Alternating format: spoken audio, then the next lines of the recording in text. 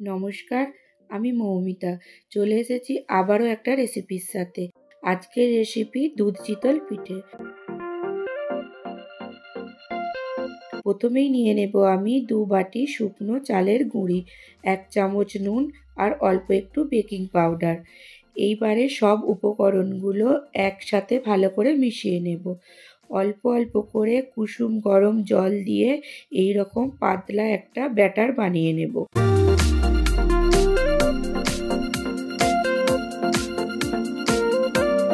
এরপর নিয়ে নেব অর্ধেক মালার নারকেল কুচি, আবারও ভালো করে মিশিয়ে নেব।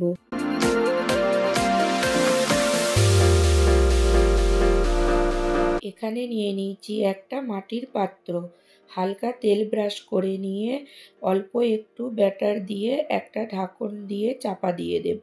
এইবারে একটা সুতির কাপড় জলের মধ্যে ভিজিয়ে নিয়ে এইভাবে চারিপাশটা ঘিরে দেব। পিঠেটা বানতে 3 থেকে 4 মিনিট সময় লাগবে। এইভাবে আমি সব পিঠেগুলো সুন্দরভাবে বানিয়ে নেব। পিঠেগুলো অনেক সুন্দর আর নরম বেনেছে।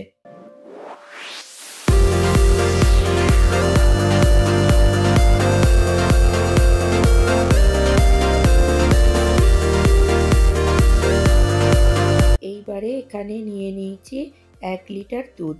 দুধটা ভালো করে ফুটিয়ে নেব।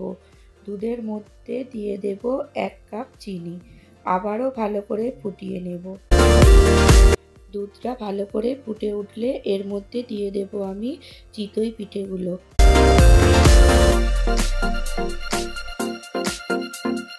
একটু ফুটে উঠলে এর মধ্যে দিয়ে দেব এলাচ পাউডার আর খেজুরের গুড়।